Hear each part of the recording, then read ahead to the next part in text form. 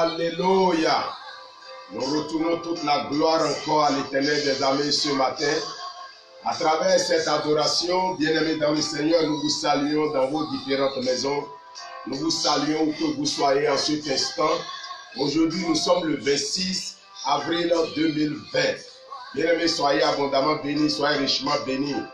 Et à travers cette adoration, nous pouvons vous dire une fois encore que tout est au pied de la croix de Jésus-Christ. La richesse est au pied de la croix de Jésus-Christ. La guérison est au pied de la croix de Jésus-Christ.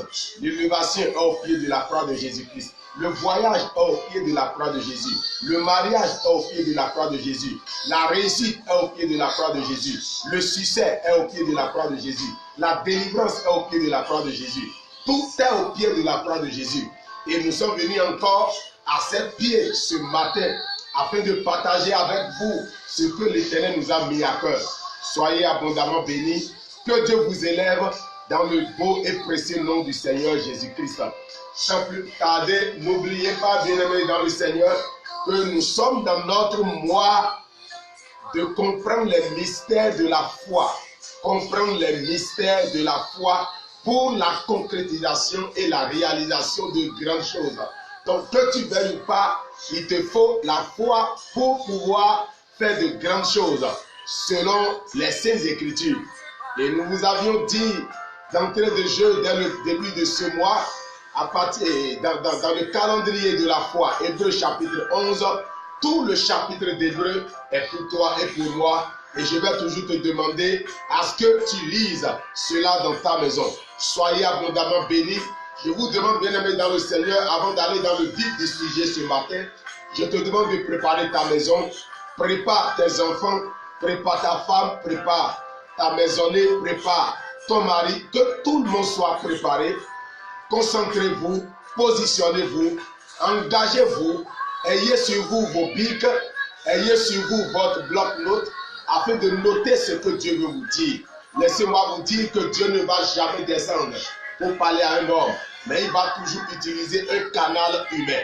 Il va toujours passer par un instrument humain. Et par la grâce de Dieu, nous sommes cet instrument que Dieu a choisi pour vous visiter ce matin dans vos maisons. Soyez bénis dans le nom de Jésus. Encore, nous sommes au Bénin et je tiens à vous dire que cette journée est une journée très agrémentée. Tôt le matin, dès l'aurore, l'Éternel a fait pleuvoir la pluie d'abondance, la pluie de joie, la pluie de percée illimitée. Et par cette pluie, je déclare dans ta maison que la sécheresse s'arrête au nom puissant de Jésus de Nazareth. Toute sécheresse dans laquelle tu étais, toute sécheresse que tu étais en train d'expérimenter, nous déclarons ce matin que l'Éternel, par cette pluie, puisse arrêter cette sécheresse au nom puissant de Jésus de Nazareth. N'oubliez pas que Dieu même, par la voix de son homme serviteur de l'Éternel, le prophète Élie, avait arrêté le ciel, avait bloqué le fait que la pluie ne va point tomber pendant 3 ans, 6 mois. Mais la Bible déclare sur le mont de Carmel, il est monté, il a prié, la pluie était descendue. Je prie pour toi, bien-aimé dans le Seigneur, au nom de Jésus de Nazareth, tout département de ta vie, toute section de ta vie, je dis tout domaine de ta vie dans laquelle tu es en train d'expérimenter la sécheresse, cette pluie qui est tombée aujourd'hui, cette pluie que l'Éternel a envoyée, je déclare que cette pluie dans le monde spirituel te localise et fait débarrasser de ta vie la sécheresse et qui est maintenant l'humidité au nom puissant de Jésus. Au nom de Jésus, nous avons prié. Alléluia. Bien-aimés dans le Seigneur, une fois encore, je vous demande de bien vous positionner. Parce que l'Éternel m'a mis à cœur quelque chose. Hier, quand je préparais le message de ce jour, je lui retourne toute la gloire. La Bible déclare dans le livre d'Amos au chapitre 3, au verset 7, que Dieu ne fait rien sans avertir ses prophètes. Et nous voulons partager avec vous ce matin un sous-thème intitulé « L'esprit de foi pour vaincre ». L'esprit de la foi qu'il te faut pour que tu puisses vaincre. Nous sommes en train de passer par des moments difficiles. en ce moment, le puissant a été rendu impuissant. En ce moment, on a remarqué l'impuissance du puissant.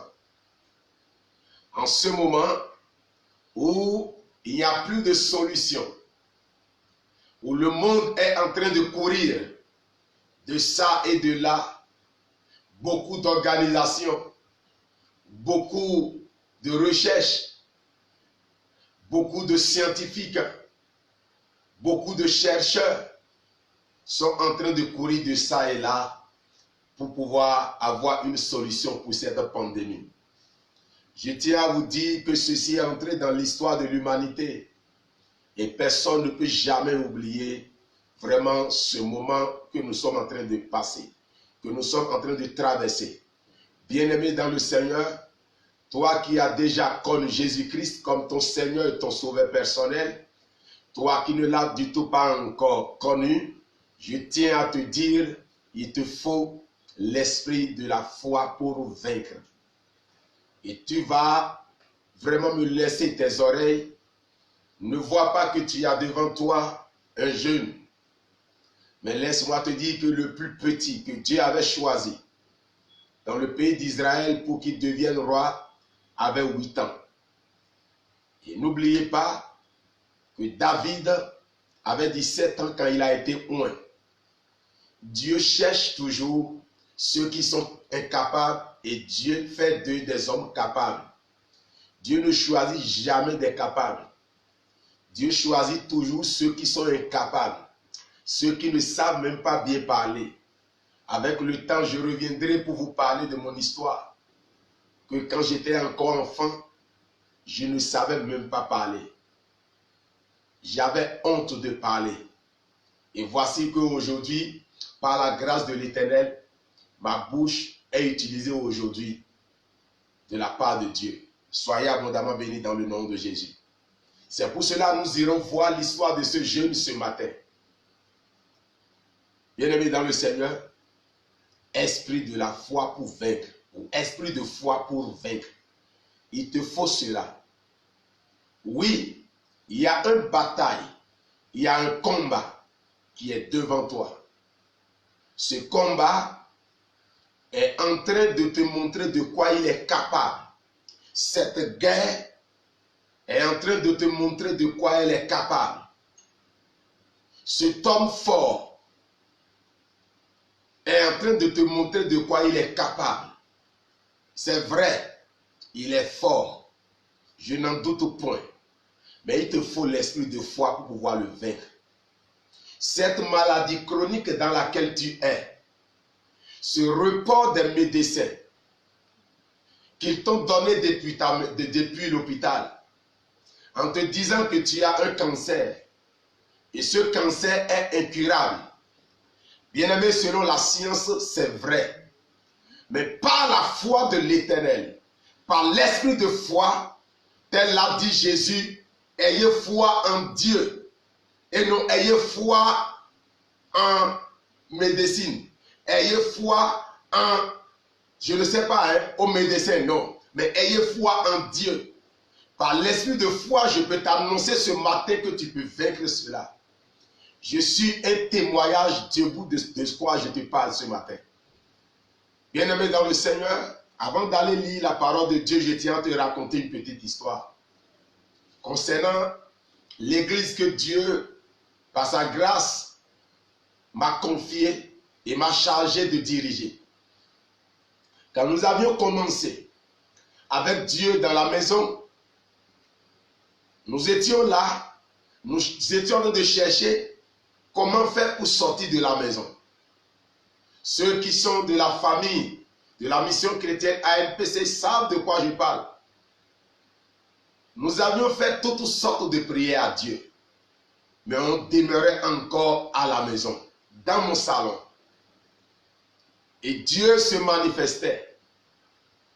Mais un jour, j'étais venu et j'ai déclaré par la foi que cette année-ci, nous n'allons pas fêter l'année à la maison. Nous allons sortir pour aller fêter l'année. Mais où on va trouver, on ne sait pas. On a cherché par des intermédiaires, par des amis, par des connaissances, des endroits qu'on peut louer, des boutiques qu'on peut louer, des magasins qu'on peut louer, mais nous n'avons point trouvé. Mais parce qu'il y avait un esprit de foi qui était en moi. Et cet esprit de foi, je l'utilisais en bon escient. On était là un jour, quand un frère, dont je tais son nom, était revenu du boulot. Et il m'a dit, pasteur, je parlais de notre projet de sortie de la maison à un ami à moi au boulot, qui m'a dit qu'il a aussi un ami qui a une maison. Une maison à étage qu'il veut louer. Vous savez, je l'avais accompagné, nous étions partis visiter la maison. Et du coup, on avait pris la maison pour le ministère. C'est pour te dire quoi?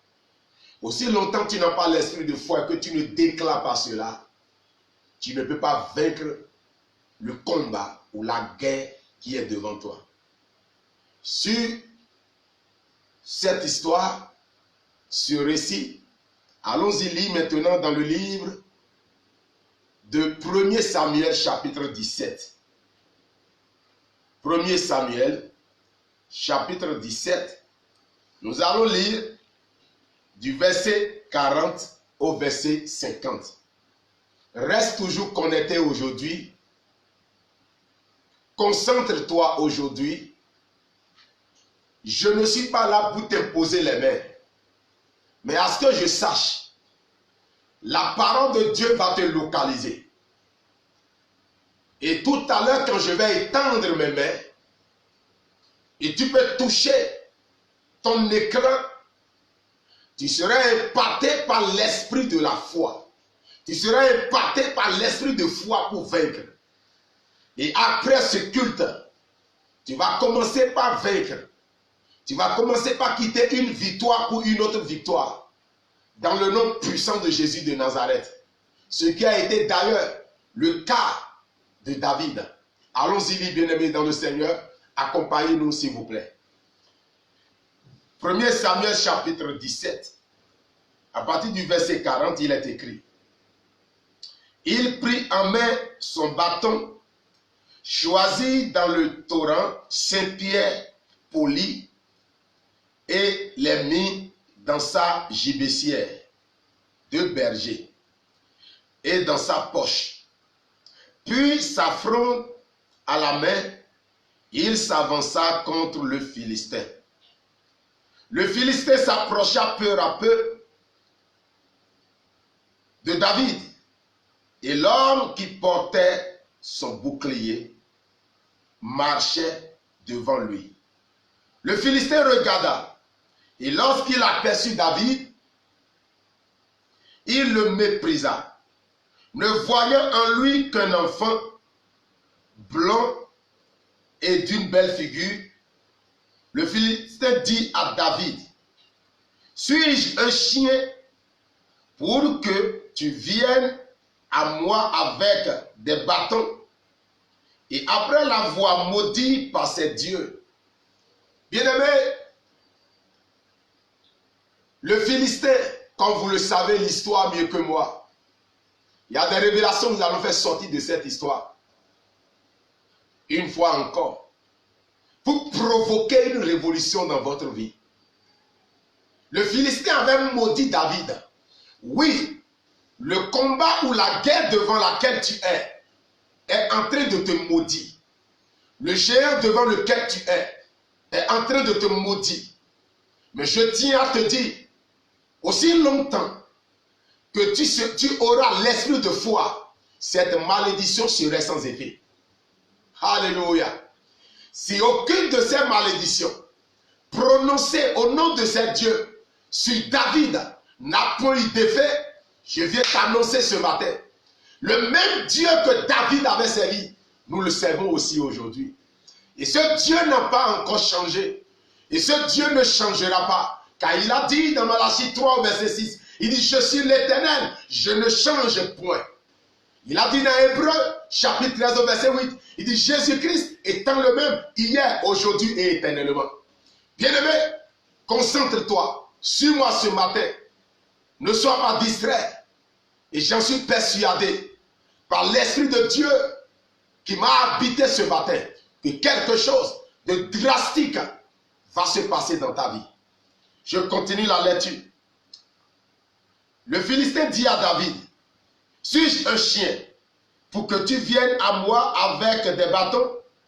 Et après l'avoir maudit par ses dieux, il ajouta, viens vers moi et je donnerai ta chair aux oiseaux du ciel et aux bêtes des champs. Peut-être un homme fort t'a déjà dit qu'il donnera ta chair comme nourriture aux bêtes des champs. Le moment est venu ce matin pour que tu puisses lui démontrer le contraire par l'esprit de foi.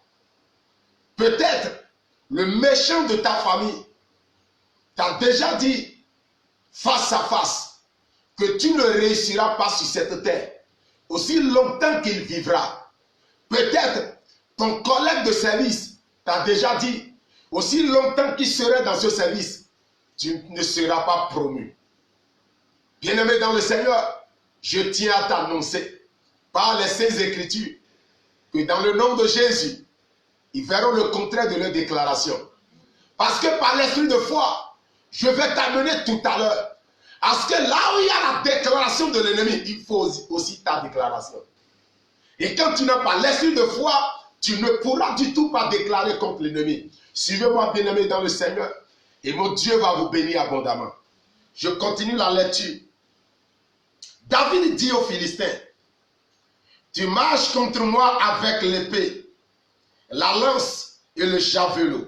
Et moi, je marche contre toi au nom de l'Éternel des armées. Waouh! Mais quelle déclaration! David avait dans ses mains son javelot, sa gibecière, ses 5 pierres. Il avait son bâton de berger. C'était ce que le Philistin voyait. Mais David n'avait pas mis confiance en ces choses. Bien-aimé dans le Seigneur, David avait mis confiance en l'Éternel des armées. Parce que ces choses ne pouvaient du tout pas l'aider à vaincre le Philistin. Mais l'Éternel des armées pouvait l'aider. L'Éternel des armées était là pour l'amener à vaincre le Philistin. Et c'est ce que David avait compris. Et c'est ce que je veux que tu comprennes ce matin. Alléluia. Je continue la lecture, bien-aimé dans le Seigneur. Il dit, excusez-moi, il dit, du Dieu de l'armée d'Israël que tu as insulté. Bien-aimé dans le Seigneur, le Philistin insultait David. Mais David ne voyait pas qu'il l'insultait. Oh, quelle révélation. David lui disait, ce n'est pas moi, parce que je suis venu au nom de quelqu'un. C'est celui-là que tu es en train d'insulter. C'est celui-là que tu es en train de maudire. Bien-aimé, un homme sur cette terre peut-il maudire Dieu? Une femme sur cette terre peut-il maudire Dieu? La réponse est avec toi. Alléluia. Le verset 46, il est écrit, aujourd'hui l'Éternel te livrera entre mes mains et t'abattrai. Alléluia. Et je te couperai la tête. Suivez les mots, l'étymologie des mots. Il dit, l'Éternel te livrera entre mes mains. Je t'abattrai. Donc il sait que c'est Dieu qui doit d'abord livrer le Philistin entre ses mains. Je prie pour toi ce matin. Ce géant fort, qu'il soit livré entre tes mains de la part de l'ennemi, de Dieu au nom puissant de Jésus. Dis-moi un amen fort. Parce que c'est le moment pour que tu puisses également l'abattre. Tu puisses aussi couper sa tête. Et avoir la victoire. Bien-aimé dans le Seigneur, je continue la lecture. Aujourd'hui, l'Éternel te livrera entre mes mains. Je t'abattrai et je te couperai la tête. Aujourd'hui, je donnerai les cadavres du camp des Philistins aux oiseaux du ciel et aux animaux de la terre. Et toute la terre saura qu'Israël a un Dieu. Waouh! Il dit, et toute la terre saura.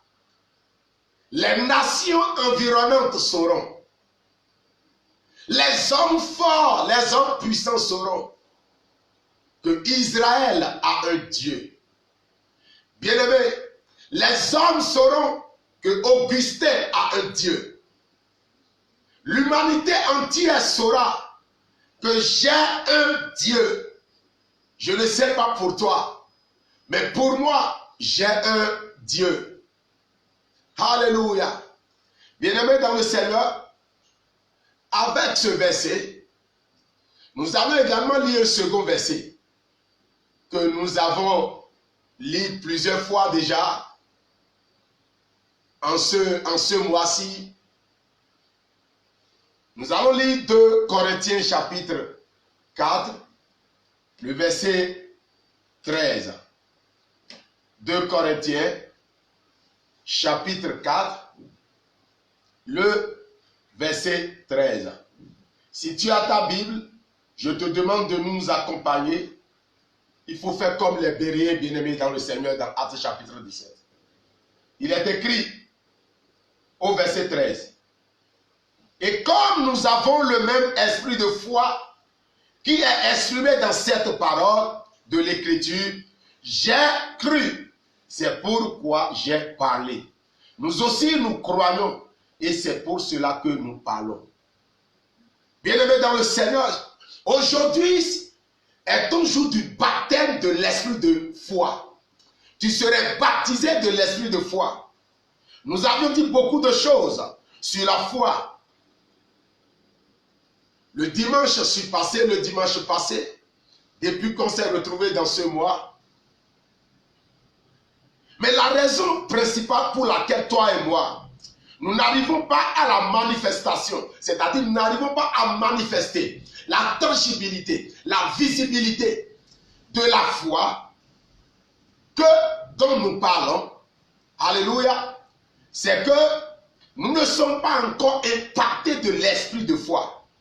C'est pourquoi l'apôtre Paul dit, alléluia, il dit, et comme nous avons le même esprit de foi qui est exprimé dans cette parole, vous voyez, il dit, comme nous avons le même esprit de foi, alléluia, c'est parce que tu n'es pas encore impacté de l'esprit de foi. Et comme l'apôtre Paul a été impacté de l'esprit de foi, tiré de ses écritures, il dit, je parle comme les patriarches ont parlé. Je parle comme ceux-là du livre d'Hébreux chapitre 11 ont parlé. Je parle comme David dans 1 Samuel chapitre 17 comme il a parlé. Je parle comme Gédéon dans Daniel comme il a parlé. Alléluia. Je parle comme Abednego, Shadrach, Meshach. Je parle comme Daniel. Toi, tu parles comme qui? C'est parce que tu n'as pas encore l'esprit de foi. Ami, qu'est-ce que Paul voulait alors nous faire comprendre à travers cette écriture? Alléluia. Premièrement, si tu as ta Bible, ton bloc-notes, ton Bible, il faut noter. Premièrement, il voulait tout simplement nous dire que ça soit dans l'Ancien Testament comme dans le Nouveau Testament, l'esprit de foi est le même. Oh! Que cela soit dans l'ancienne dispensation comme dans la nouvelle dispensation, l'esprit de foi est le même. Donc nous ne sommes plus là pour aller chercher l'esprit de foi quelque part d'autre. L'esprit de foi est déjà disposé. L'esprit de foi est déjà là. Alléluia. Et de la même manière que cela est disposé, bien aimé, ceux d'hier l'ont utilisé et ils ont eu la victoire. Ils l'ont utilisé et ils ont eu la victoire. Il faut que nous aussi, nous l'utilisons pour avoir la victoire. Et ce qui a été la vie de Paul, il dit, j'ai combattu le bon combat de la foi. Et j'ai remporté quoi? Le prix. Alléluia. J'ai combattu le bon combat de la foi et j'ai remporté le prix. Si l'apôtre Paul n'était pas impacté de l'esprit de foi, il ne pouvait pas faire ce combat et avoir la victoire pour pouvoir prendre un prix. N'oubliez pas, quand nous allons au terrain de football, Ce sont les gagnants qui prennent des médailles. Quand les athlètes courent, c'est le gagnant qui prend toujours, commettons, cette trophée, non? Alléluia. Donc, il faut nécessairement que toi et moi, nous puissions être impactés de l'esprit de foi. Et quand tu as l'esprit de foi, il n'y a rien sur cette terre qui peut t'arrêter. Écoutez-moi correctement. La raison pour laquelle tu as peur, c'est parce que tu n'as pas encore l'esprit de foi. La raison pour laquelle les choses ne marchent pas comme cela se doit, c'est parce que tu n'as pas encore l'esprit de foi. La réussite pour toi, tu vois déjà que tu ne peux pas réussir. Oh, c'est grave. Tu vois ton échec. Quelqu'un qui a l'esprit de foi ne peut jamais voir son échec. David avait l'esprit de foi. Il voyait déjà sa victoire devant Goliath. Il ne voyait pas son échec. L'apôtre Paul, devant les tribunaux, il ne voyait pas son échec, mais plutôt il voyait sa victoire. Abednego, Shadrach, Meshach, devant Nebuchadnezzar, il ne voyait pas leur échec, il voyait quoi? Leur victoire. Il te faut nécessairement l'esprit de foi afin que toi-même tu puisses étonner ton monde. Et je vais t'annoncer que l'esprit de foi est disponible. Cependant, bien aimé, nous pouvons dire que la foi est constante. La foi est quoi? Est constante. C'est pourquoi dans le livre d'Hébreux chapitre 11 au verset 6, la Bible nous dit que sans la foi, il est impossible de lui être agréable. Il faudrait que tu soulignes cette partie-là.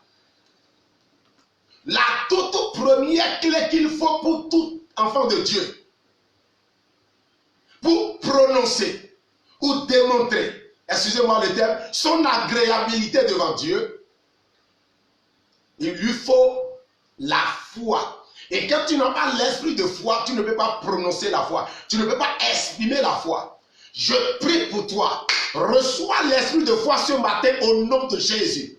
Reçois l'esprit de foi pour pouvoir vaincre. Reçois l'esprit de foi pour réussir. Reçois l'esprit de foi pour parler du succès. Reçois l'esprit de foi pour prospérer. Reçois l'esprit de foi pour ton mariage. Au nom puissant de Jésus. Il te faut l'esprit de foi. Bien-aimé dans le Seigneur. Deuxièmement, qu'est-ce que Paul était en train de nous enseigner là? Paul était en train de nous enseigner aussi que avant d'avoir l'esprit de foi, il faut également payer un prix. Oh! Tu dois payer un prix. C'était ce prix que Saül, le roi, ne voulait pas payer devant Goliath. Le prix du courage. Saül avait aussi peur. Tout Israël, vous imaginez, toute une nation fuyait devant un seul homme parce qu'il était plus fort qu'eux physiquement. Mais le jeune de 17 ans était venu pour payer le prix du courage. Alléluia. Il était venu pour démontrer de quoi son Dieu est capable. Il était venu pour démontrer la grandeur, la puissance de Dieu. Mais Dieu avait déjà loué Saül. Saül avait l'esprit de Dieu. Mais il n'avait pas encore l'esprit de foi. Bien-aimé dans le Seigneur, suivez-moi ce matin. Tu peux toutefois avoir l'esprit de Dieu, ne pas avoir l'esprit de foi. Parce que l'esprit de foi ne se trouve pas dans ta pensée. Suivez-moi. L'esprit de foi se trouve et réside dans ton cœur. Alléluia. Donc j'ai compris aussi que l'apôtre Paul était en train de nous montrer, il faut que chacun de nous paie le prix qu'il faut pour l'esprit de foi. Alléluia. Pour l'avoir, il faudrait que tu paies ce prix. Et beaucoup d'entre nous aujourd'hui, nous ne voulons pas payer ce prix. Tous ceux qui ont expérimenté l'esprit de foi, bien-aimé, ont payé un prix. Regardez Abraham. Abraham a payé un prix. Regardez Abednego tout à l'heure. Il a payé un prix. Daniel a payé un prix. Et toi, tu ne veux pas payer le prix.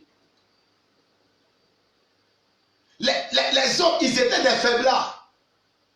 Quand Goliath se levait, tout le monde se cachait sous sa tente. Mais le jeune est venu envoyé par son père pour donner de nourriture à ses grands frères. Je vois Shama, je vois Abinadab qui lui disait, mais tu es déjà venu avec tes ruses, avec tes agitations. Et c'est ce que nous disons aujourd'hui. Alléluia. Il y a une capacité qui était cachée en David, que les yeux physiques ne pouvaient pas voir. Waouh. Ce n'est pas ce que les hommes, l'extérieur, voient de toi que tu es. Non. Je veux te dire quelque chose. C'est ce que toi-même tu vois en ton intérieur. C'est ça que tu es. Les gens peuvent en train de te voir comme un pauvre. Mais comment toi tu te vois? Qu'est-ce qui résonne dans ton cœur? Oh! Qu'est-ce que tu sens dans ton cœur? Est-ce que tu sens, alléluia, tu peux être dans la vallée, tu peux être dans la vallée de la pauvreté, dans la vallée de misère. Tu te vois déjà au sommet des montagnes. Alléluia. Tu te vois assis à la même table que les grands. Oh! Bien-aimé dans le Seigneur, il faudrait que tu aies l'esprit de foi pour vaincre les barrières, les limites qui t'empêchent d'exceller. Est-ce que je parle à quelqu'un ce matin? Bien-aimé dans le Seigneur, aujourd'hui, nous entendons beaucoup et beaucoup de messages sur la foi. Oui, mais est-ce que nous nous levons et nous prenons la décision de la manifester, de manifester cette foi? Alléluia, comme je vous ai dit dans l'un de mes messages, les pasteurs vivent par la foi. Je vis par la foi. Je vis par la foi. Et tu dois aussi vivre par la foi. Pas plus tard qu'hier, Dieu m'a encore étonné. Alléluia. Il faut vivre par la foi. Mais il faut que tu aies d'abord l'esprit de foi. Parce que l'esprit de foi t'amène à voir la victoire là où les autres voient l'échec. L'esprit de foi t'amène à voir la réussite là où les autres voient l'échec. Alléluia. Yéo doit être au blême. Nos vies, yéo doit être au blé. Et tu es écarté au sous ton moment. Et mais t'as non. Suivez-moi, on ira quelque part maintenant. Gloire soit rendue à l'Éternel des armées. Dans le livre de 2 Pierre, écoutez ce que l'apôtre Pierre a dit. 2 Pierre chapitre 1er, le verset 1er. Alléluia. Pierre a dit quelque chose que j'ai beaucoup aimé. 2 Pierre chapitre 1, verset 1, il dit, Simon Pierre, serviteur et apôtre de Jésus-Christ, à ceux qui ont reçu en partage une foi du même prix que la nôtre. Vous voyez, ils ont reçu la foi par un prix. Une foi du même prix que la nôtre, par la justice de notre Dieu et du Sauveur Jésus-Christ. Donc, il te faut un prix. Il faut payer un prix pour recevoir cet esprit de foi. Alléluia. Bien-aimé, laisse-moi te dire. Aucun être humain ne peut t'annoncer sur cette terre que tu tomberas enceinte. Et toi, tu vas tomber enceinte comme Marie. Je te dis non. Pour Marie, c'était au-delà du spectaculaire. C'était au-delà de l'extraordinaire. Mais si on te dit aujourd'hui que tu tomberas enceinte, là où les médecins t'ont déjà dit que tu n'as plus d'utérus, que tu n'as plus de je ne sais quoi, machin.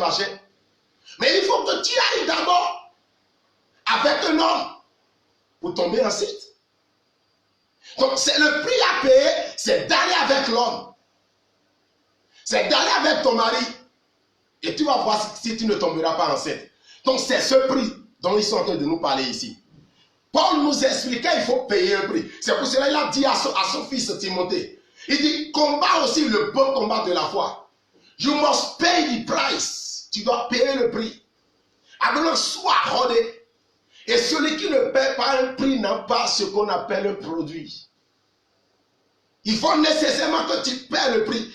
David, devant Goliath, avait payé le prix. Vous vous imaginez, bien-aimé dans le Seigneur, pendant que Goliath parlait à David, et pendant que David parlait à Goliath, vous savez, le combat était déjà dans leur déclaration l'un vers l'autre. Suivez-moi. Quand toi, tu es devant le défi de ta vie, et le défi te parle, qu'est-ce que tu lui dis? Tu lui reposes quoi? Le défi qui est devant toi, le défi te parle. Tu vas me dire, mais qu'est-ce que le pasteur dit? Mais le frère là, il raconte quoi? Alléluia. Le défi te parle. Je vais te montrer tout à l'heure que ton défi te parle. Je vais te montrer tout à l'heure. Il faut que toi-même tu parles à ce défi. Ce que Saül ne pouvait pas faire, il ne pouvait pas parler à Goliath. Aïe, aïe, aïe. Parce qu'il n'a pas l'esprit de foi. Reçois l'esprit de foi dans le nom de Jésus. Où que tu sois, je plonge ma bouche dans le sang de Jésus et je déclare à ce qu'ils reçoivent l'esprit de foi au nom de Jésus.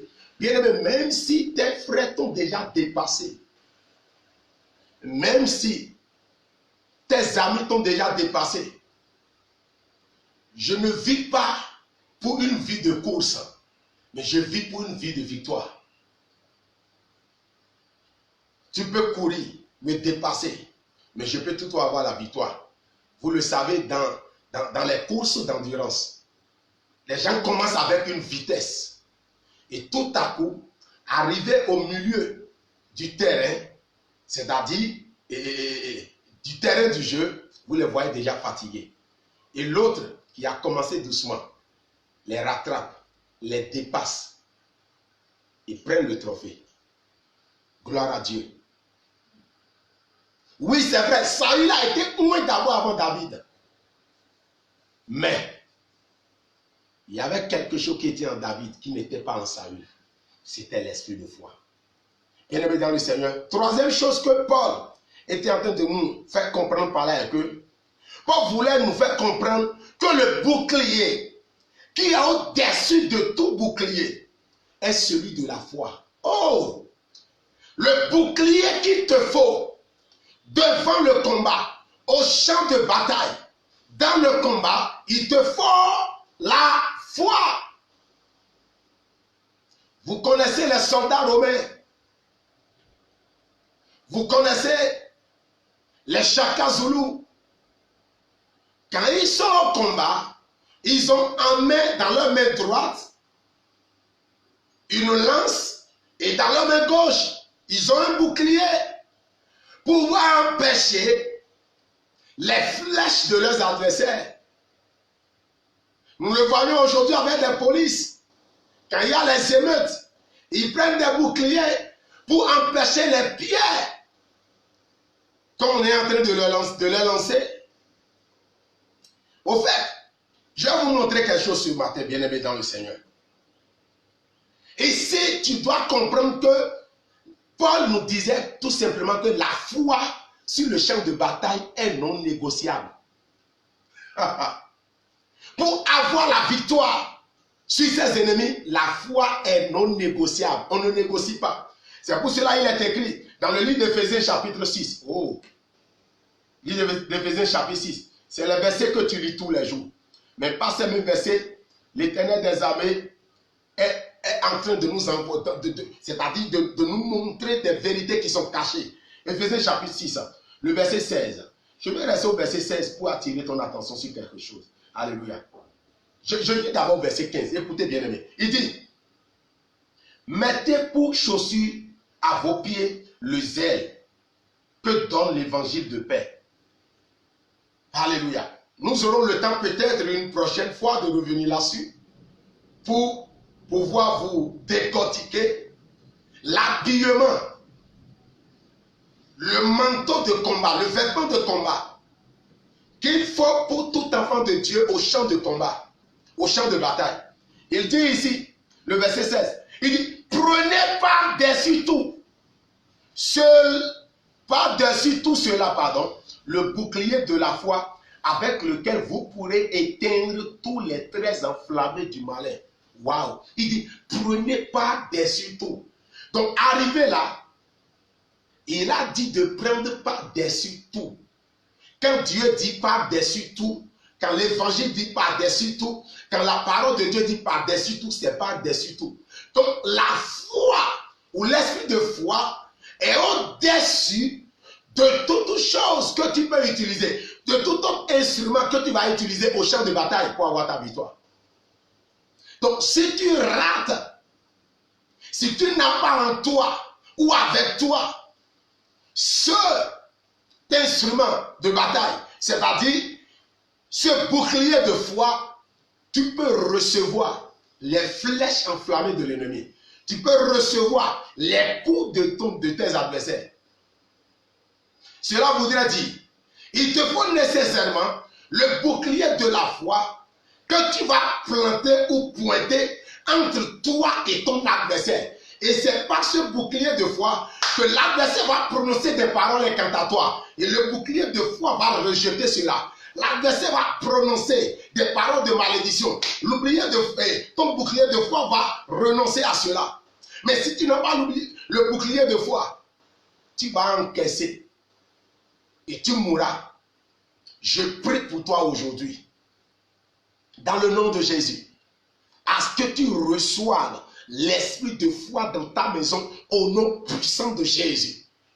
Bien-aimé, tout cela dont nous a parlé dans Hébreux 11, dont je l'ai intitulé le calendrier de la foi, le registre de la foi, c'est des gens qui ont utilisé ce bouclier pour éteindre les traits enflammés de l'ennemi. Quand on parle des traits enflammés de l'ennemi, on parle de leurs flèches.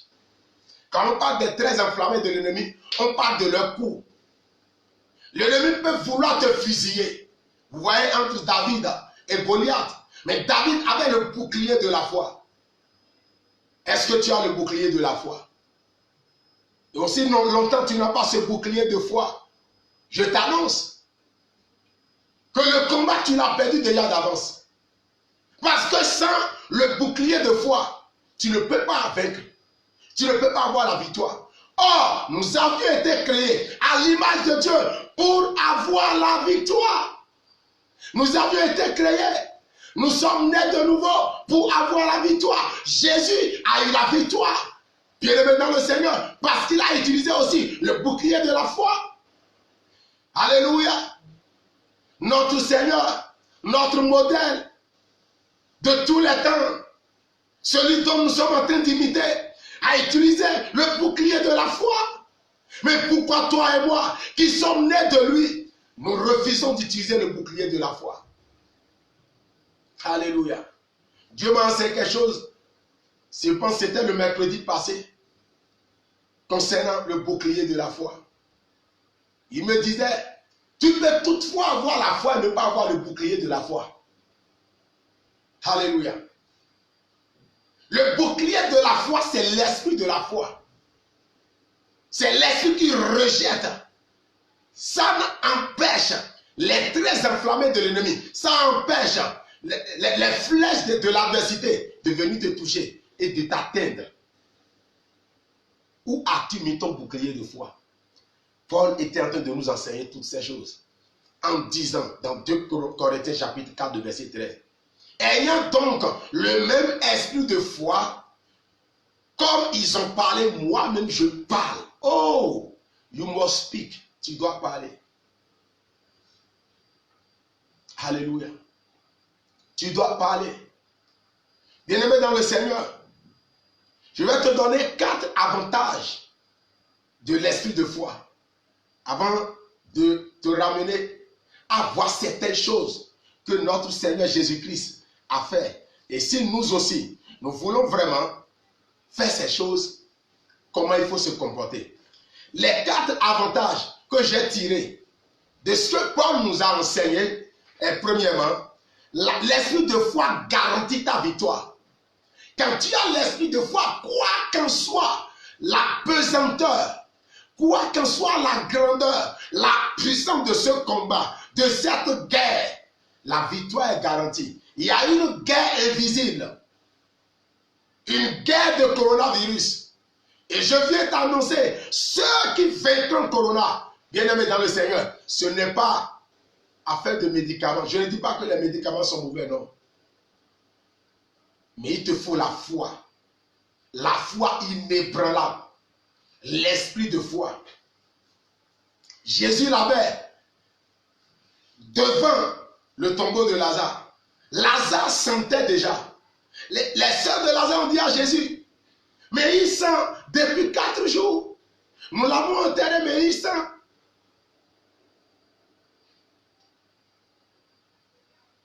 Il sent depuis 4 jours. Jésus a dit, ne t'ai-je pas dit, si tu crois, tu verras la gloire de Dieu. Waouh!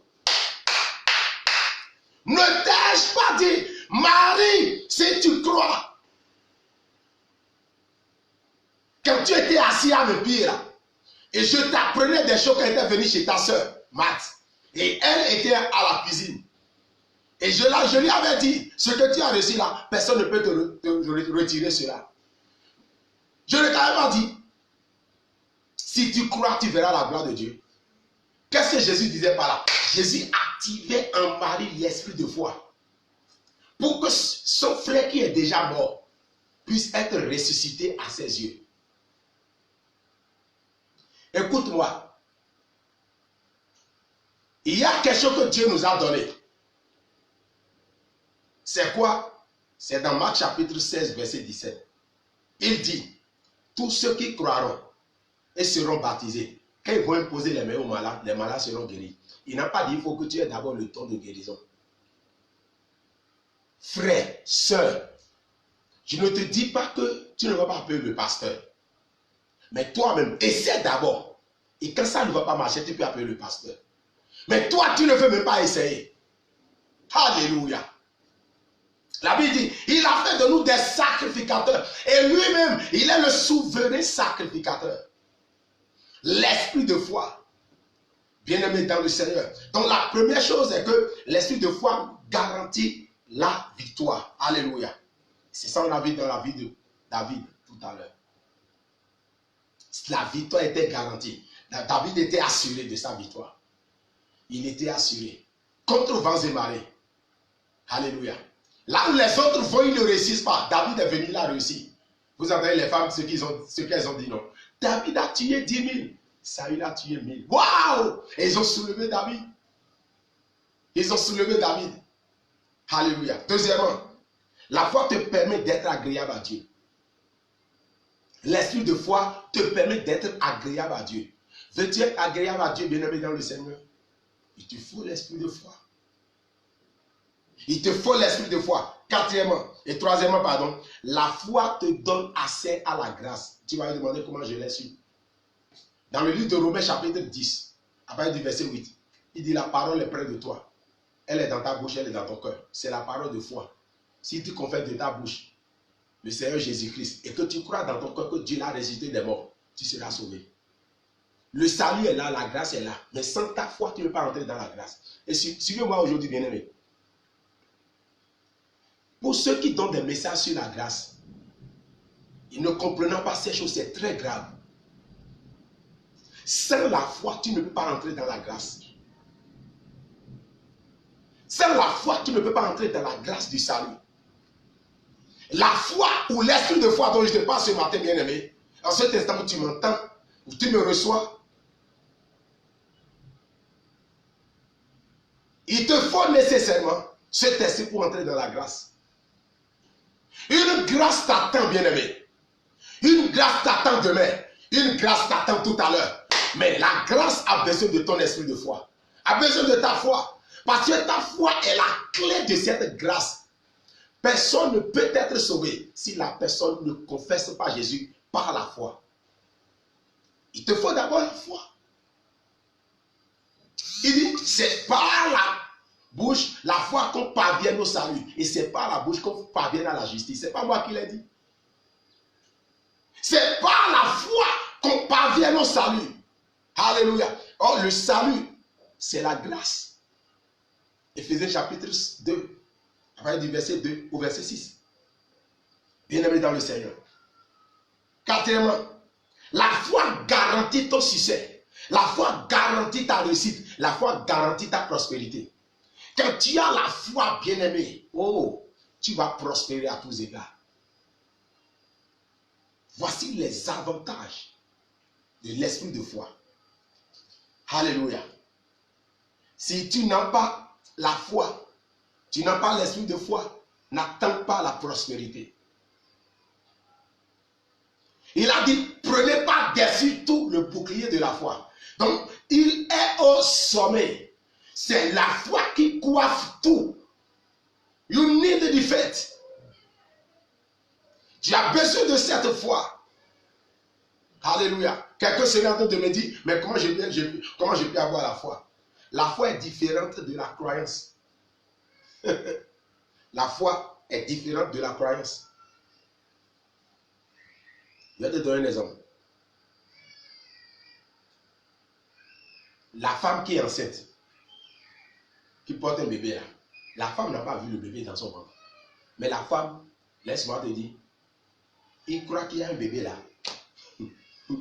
La femme là, elle croit seulement qu'il y a un bébé là. La femme voit le bébé le jour qu'elle a été dans la salle d'accouchement et les sages-femmes lui ont dit, pousse! Pousse encore! Pousse, nous te disons, pousse! Et on l'amène à pousser jusqu'à ce que quand elle pousse, la tête sort, l'enfant sort.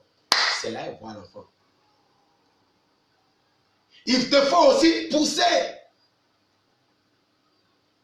Alléluia. Est-ce que je parle à quelqu'un ici ce matin? Est-ce que quelqu'un me reçoit ce matin? Bien-aimés dans le Seigneur,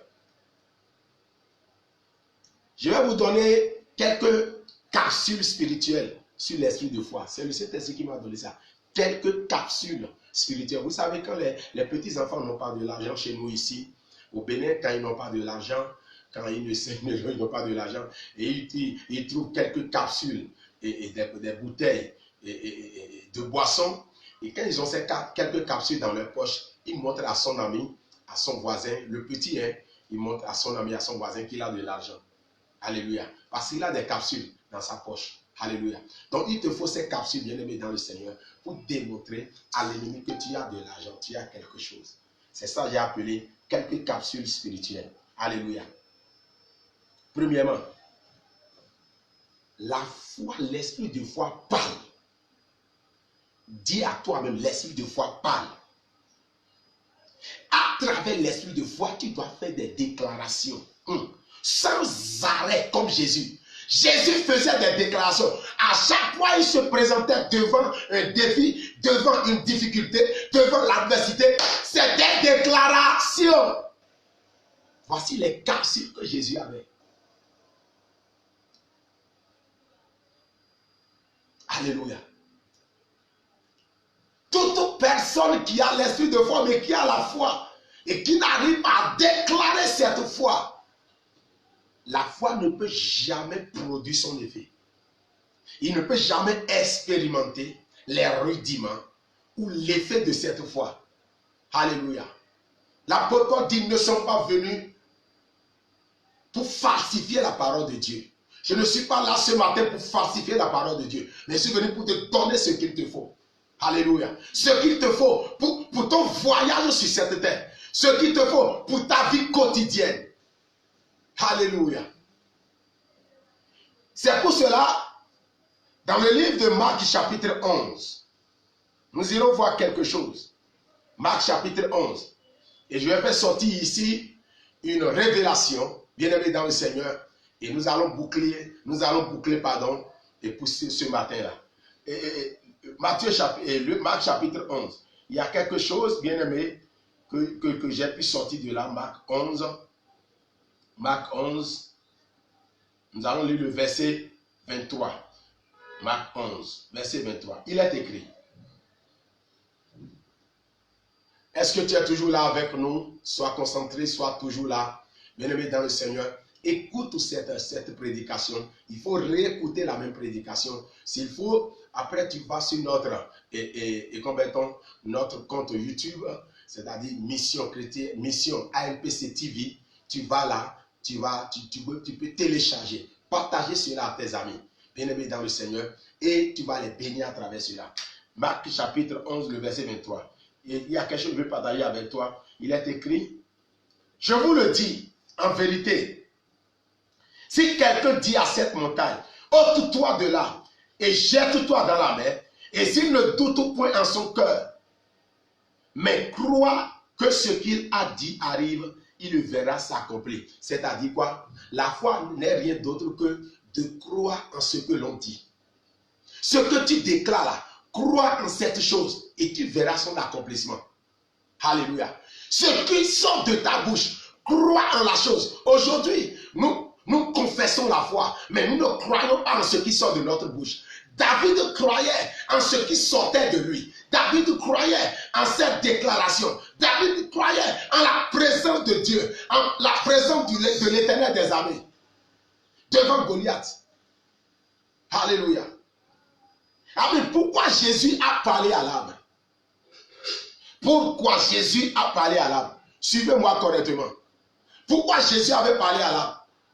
Nous allons commencer par du verset 12 et je vais vous montrer quelque chose. Sur moi, je vais te donner une révélation aujourd'hui qui va apporter une transformation dans ta vie. Pourquoi Jésus a parlé à l'âme?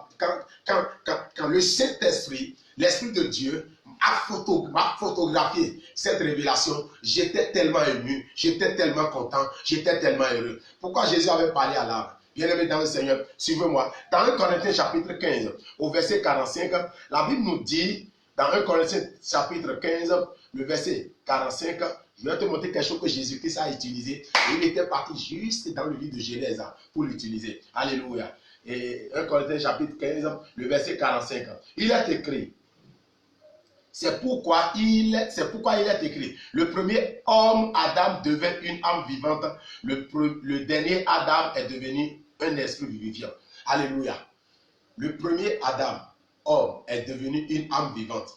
Le dernier Adam est devenu quoi?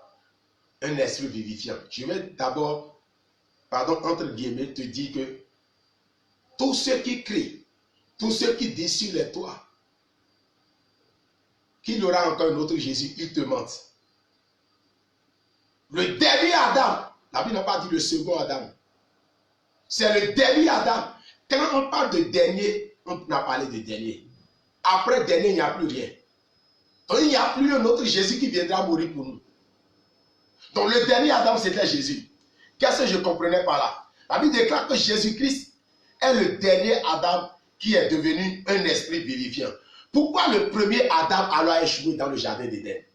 Bien-aimé, suis-moi. Pourquoi le premier Adam a échoué dans le jardin d'Éden? Le premier Adam a échoué dans le jardin d'Éden. Pourquoi? Parce qu'il n'avait pas utilisé l'autorité qui lui a été donnée. Il n'avait pas utilisé la déclaration. Il n'avait pas parlé comme Dieu lui avait dit. Parce qu'il était là quand sa femme Ève est venue vers lui pour lui apporter le fruit défendu par Dieu. Or, Dieu lui avait dit, dans le livre de Genèse, chapitre 1er, le verset 29, qu'est-ce que Dieu a dit à Adam? Le premier Adam, qu'est-ce que Dieu lui a dit? Suis-moi bien-aimé dans le Seigneur. Genèse chapitre 1er, le verset 29, Dieu a dit au premier Adam, alléluia. Il lui a dit, et Dieu dit, voici, je vous donne toute terre portant de la semence et qui est à la surface de toute la terre. Et tout arbre ayant en lui un fruit d'arbre et portant de la semence, ce sera votre nourriture. Alléluia. C'est-à-dire quoi? Si Abraham avait fait, ou bien quand Abraham avait fait, il devrait parler à l'arbre dans le jardin d'Éden. Et l'arbre allait lui donner des fruits. Dieu lui avait donné cette capacité. Il avait cet esprit de foi pour parler à l'arbre. Mais il ne l'avait pas utilisé. Bien-aimé dans le Seigneur, il y a quelque chose que j'ai pris là. C'est l'une des raisons principales, bien-aimé, par lesquelles Adam, le premier Adam avait échoué. Le premier Adam était resté bouche bée. Il n'avait pas parlé aux arbres. Il devrait parler à l'arbre du fruit. Alléluia. Et la même chose voulait se reproduire avec Jésus-Christ. C'est pour cela dans le livre de Marc chapitre 11. Oh, mais qu'est-ce que le Saint-Esprit est en train de nous dire ce matin? Oh, qu'est-ce que le Saint-Esprit est en train de nous dire ce matin? Marc chapitre 11. Alléluia. À partir du verset 12, la Bible dit, le lendemain après qu'il fut sorti de Béthanie, Jésus eut faim. Oh, Adam, le premier Adam dans le jardin d'Éden aussi avait faim. Parce que s'il n'avait pas faim, quand sa femme Ève lui avait remis le fruit, il allait refuser. Quand il avait faim, il ne devrait pas prendre du fruit que sa femme lui a donné, mais il devrait parler à l'arbre et lui-même devrait avoir son fruit. Et Jésus, le dernier Adam, oh, qui a un esprit vivifiant, était en face maintenant aussi d'un tel défi. Bien-aimés, écoutez le verset 13. Apercevant de loin un figuier qui avait des feuilles, il alla voir s'il trouverait quelque chose et s'en était approché. Et s'en étant approché, il ne trouva que des feuilles, car ce n'était pas la saison des figues. Alléluia. Quelqu'un serait en train de dire là où il est maintenant, en lisant cette écriture. Je le disais aussi, bien-aimé, mais quelque chose s'est passé avec moi, que je veux partager avec toi. C'est quoi? Je disais, mais si ce n'était pas la saison, non, si ce n'était pas la saison de flux, non, je veux te dire quoi? En ce qui concerne le second Adam, le dernier Adam, ou bien Adam, normalement, n'a pas de saison. Adam n'a pas de saison. Adam ne vit pas dans les saisons. Adam vit dans les dimensions. Donc, l'arbre ne devrait pas parler à Adam qu'il était dans la saison sécheresse. L'arbre ne devrait pas dire à Adam, je n'étais pas dans ma saison. Mais je vais te dire, l'arbre avait parlé à Jésus. Comment j'ai su? Suis-moi bien-aimé dans le Seigneur. Oh, quelque chose va se passer dans ta vie maintenant. Prenons alors la parole, il dit, alléluia. Bon, je reprends le verset 13. Percevant de loin un figuier qui avait des feuilles, il alla voir s'il y trouverait quelque chose. Et s'en étant approché, il ne trouva que des feuilles, car ce n'était pas la saison des figues. Ce n'était pas la saison des figues, selon les hommes. Alléluia. Prenant alors la parole, il lui dit que jamais personne ne mange de ton fruit. Bien aimé, pourquoi la Bible dit Jésus prenant la parole? Cela voudrait dire le figuier lui avait déjà parlé dans le monde spirituel. Suis-moi correctement. Quand la Bible dit prenant alors la parole, donc il y avait une conversation entre Jésus-Christ et le figuier. Oh, quand je voyais ça hier, j'ai dit mais c'est quoi ça? Il y avait une conversation entre le figuier et Jésus-Christ. Le figuier lui disait, j'avais dit non au premier Adam, je ne lui avais pas donné de figues. Tu ne serais pas le dernier Adam à qui il va donner de figues. Et Jésus a dit, le premier Adam n'avait pas utilisé l'esprit de foi. Il n'avait pas utilisé de son autorité. Il n'avait pas utilisé de son pouvoir. Et David dit, Jésus prenant la parole. Alléluia. Ce que le figuier et Jésus qui se disaient dans le monde spirituel, personne n'entendait. Mais Jésus devait amener alors ses disciples à comprendre quelque chose, à comprendre un mystère. Et la Bible dit, Jésus prenant la parole. Cela voudrait dire, le figuier lui avait parlé. Le figuier lui avait déjà dit quelque chose. J'imagine, tu peux croire ce que je dis ou pas. Jésus s'est approché de là et il dit au figuier, donne-moi du fruit. Donne-moi du fruit. Et le figuier lui a dit, n'en déplaise, tu n'auras pas de figue. D'ailleurs, j'ai déjà dit au premier Adam. Oh, Jésus a dit, waouh, lui avait échoué parce qu'il n'avait pas parlé. Moi, je veux te parler. Et il voulait amener maintenant l'attention de ses disciples sur le figuier, sur ce qui devrait se passer. Aussi longtemps que quand Jésus partira, eux-mêmes, ils vont se faire face à un défi quelconque. Comment ils allaient parler aussi. Alléluia. Et il avait dit, Jésus prenant la parole, il lui dit, vous entendez ça? Il lui dit. C'est là où l'autre avait déjà parlé. Et la Bible dit maintenant, Jésus prenant la parole, il lui dit, que jamais personne ne mange de ton fruit. Et ses disciples l'entendirent. Cela veut dire ce que le figuier disait à Jésus, les disciples n'ont pas entendu. Mais quand Jésus-Christ s'est énervé maintenant, lui il a parlé à haute voix. Et les disciples ont entendu maintenant ce que Jésus a dit. Alléluia. Alléluia. Bien-aimé, qu'est-ce que je veux te dire par là? Quand toi et moi, en tant qu'enfant de Dieu, on est devant un tel défi, on n'a pas besoin de commencer à dire Jéhovah Rapha, Jéhovah Nissi, Elohim, le Dieu d'Abraham, d'Isaac et de Jacob. Jésus n'a pas dit ça. Alléluia. Jésus connaît son nom. Dieu connaît son nom. Dieu sait qui il est. Quand tu es en face de ce défi, utilise le pouvoir que Dieu t'a donné. Oh! Utilise la capacité que Dieu t'a donnée. Parlez que les brocotosiga. Je déclare, parle à ce figuier, parle à ce problème, parle à ce combat, parle à cet homme géant, parle à ce sorcier, parle à ce monsieur qui te bloque dans ton service. Alléluia. Parce que lui-même dans le monde spirituel, il dit quelque chose. Je ne te donnerai pas de figues. Tu n'auras pas de fruits. Et Jésus lui a dit, parce que tu as dit ça, il n'y aura plus jamais de figues sur toi. Il n'y aura plus jamais de fruits sur toi. Oh! Qu'est-ce que Jésus-Christ a fait? Jésus-Christ n'a que appliqué Genèse chapitre 1er verset 29. Alléluia. Alléluia. Et qu'est-ce qui s'est passé? Bien aimé, vous allez voir quelque chose maintenant. Le verset 20. Le matin, en passant, les disciples virent le figuier figuier séché jusqu'aux racines. Vous entendez ça? Les disciples qui avaient entendu Jésus parler ont vu que le figuier a été séché jusqu'aux racines. Écoutez ce que Pierre a dit. Pierre se rappelant de ce qui s'était passé. C'est pour vous dire quoi? Jésus tirait leur attention sur quelque chose. Pierre se rappelant ce qui s'était passé, dit à Jésus, Rabbi, regarde le figuier que tu as maudit et séché. Lève-toi là où tu es. La dernière difficulté, cette adversité-là, commence pas à lui parler maintenant. Je te donne 2 minutes pour que tu parles. Reçois l'esprit de foi et commence pas à déclarer quelque chose ce matin. Parle à quelque chose. Parle à un blocage. Ôte le blocage. Ôte-le devant ta face. Parle à ce blocage. Parle, bien-aimé. Parle, déclare des choses. L'heure a sonné. Reçois l'esprit de foi et parle ce soir. Parle ce matin. Parle en cet instant. Au nom de Jésus. Parle, bien-aimé. Là-bas, Shikara Baba. Alléluia. Au nom de Jésus, nous avons prié. La Bible dit, le verset 23 et le verset 22 dit, Jésus prit la parole, vous voyez, et leur dit, ayez foi en Dieu. Alléluia. Jésus prit la parole et leur dit, ayez foi en Dieu. C'est-à-dire quoi? Tout ce que tu déclares là, crois en Dieu que c'est fait. Ce que tu viens de dire, c'est déjà fait.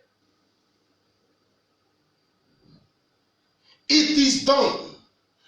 What you declare this morning, it is done in the name of Jesus. Nous adoptons toi à fond et que what tu te Dieu sous signe comme.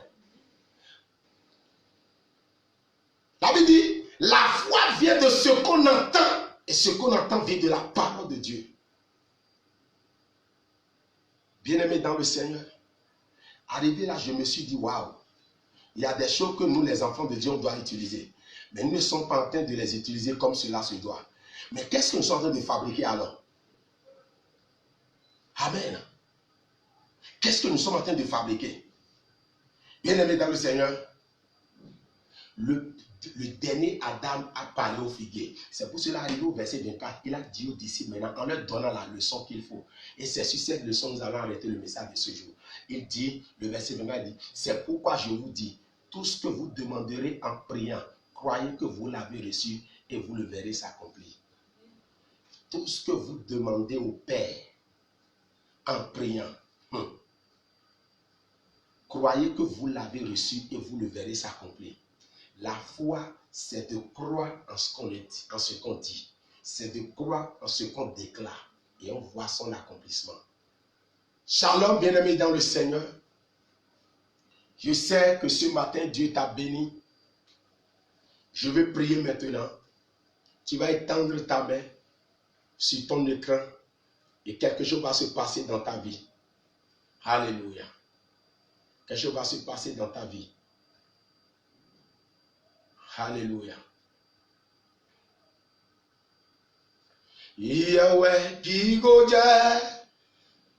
Yahweh Gigoja. Yahweh Gigoja. Yahweh Gigoja. Hey Yahweh. Yahweh Gigoja. Yahweh Gigoja. Yahweh Gigoja. Yahweh Gigoja. Je prie ce matin. Je remercie l'Éternel Dieu Tout-Puissant. Par la grâce que j'ai reçue de sa part pour monter sur l'autel de grâce et de miséricorde. Je reste ici, j'étends mes mains. Et je demande à l'Éternel des armées de tendre ses mains aussi ce matin à travers la mienne. Afin qu'un frère, une soeur qui est en direct, qui jouait sa foi et a posé sa main sur l'écran de son portable, de sa tablette, de sa chaîne de télévision, de son PC, maintenant dans le nom de Jésus, l'esprit de foi qu'il te faut pour avoir la victoire sur ce défi depuis des décennies, reçois-le au nom puissant de Jésus. Yes, quelque chose se passe là où tu es. Quelque chose se passe là où tu es. Je sens une vibration dans tes mains. Dans le nom de Jésus de Nazareth. Je sens une vibration. Je sens une vibration. Je sens une vibration. Dans le nom de Jésus-Christ. Reçois l'esprit de foi pour vaincre l'adversité. Reçois l'esprit de foi pour vaincre le méchant. Reçois l'esprit de foi pour vaincre l'ennemi. Reçois l'esprit de foi pour vaincre le sorcier. Reçois l'esprit de foi pour vaincre le magicien. Reçois l'esprit de foi. Reçois-le au nom puissant de Jésus. C'est fait. Dans le nom de Jésus, nous avons prié. Alléluia. Bien-aimés dans le Seigneur, nous venons de finir ce matin le message de ce jour. Nous tenons à vous dire que le mercredi prochain, à 19h30, nous serons encore là pour l'étude biblique. Préparons-nous, bien-aimés dans le Seigneur, pour encore recevoir de la part de l'Éternel ce qu'il nous faut. Je dis que tu es confiné, mais laisse-moi te dire, bientôt tu seras déconfiné. Et les activités vont reprendre leur cours. Dans le nom de Jésus. Soyez bénis dans vos maisons, soyez bénis dans vos ménages, soyez bénis. Et je déclare que cette semaine soit pour toi et pour moi une bonne et merveilleuse semaine au nom puissant de Jésus. Amen. Shalom à vous au nom de Jésus.